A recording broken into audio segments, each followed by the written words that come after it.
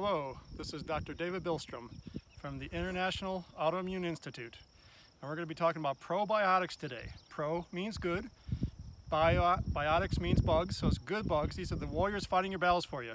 I bet you didn't know probiotics are the reason you have such a big brain, the reason humans have such a big brain, bigger than just about any other animal, because of probiotics.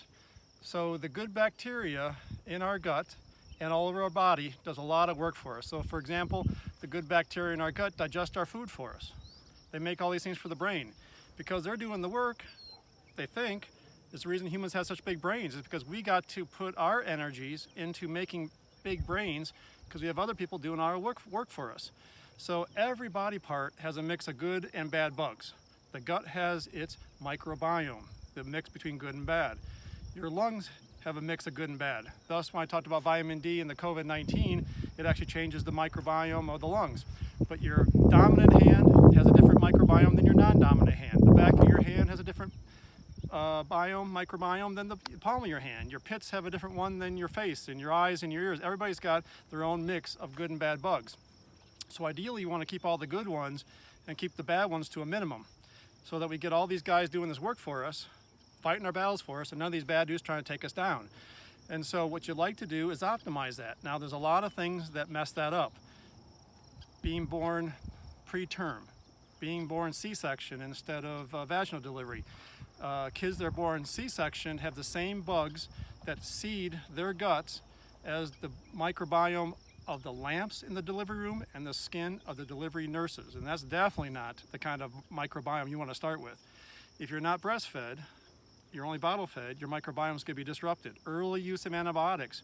Using antibiotics before the first year of age, worst is 0 to 3 months, then 3 to 6 months, then 6 to 12 months. At those kind of ages, even like one dose of an antibiotic can disrupt your microbiome in your gut and the microbiomes all through your body.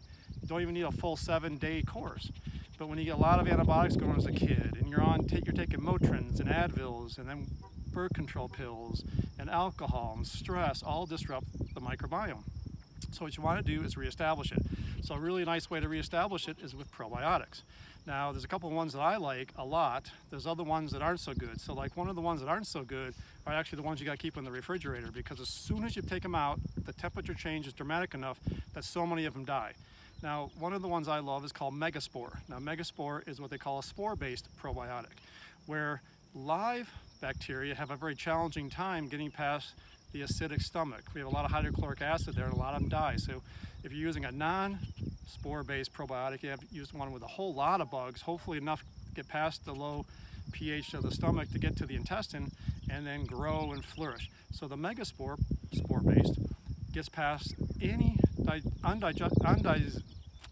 undesirable area and will not open up until it gets to a desirable area. So it's kind of like a spore versus a seed, where with a seed, if you're in the desert, it would be too hot and it would be too dry for the seeds to survive. But a spore could sit in that desert for 70 years, waiting for the once in 70 years rain. It blooms. So the spore is able to get past the low pH of the stomach, get to our intestine, bloom big time, and that's like a domino effect. All the other types of good bacteria bloom with it, and you get this huge up with the good, down with the bad. Now, a second one I like, because it's kind of good to alternate about every 3 months. You don't want to overgrow any particular kind. You want to mix. So the second one I like is from a company called New Medica, and they have one called High Flora, HI_FLORA 5012.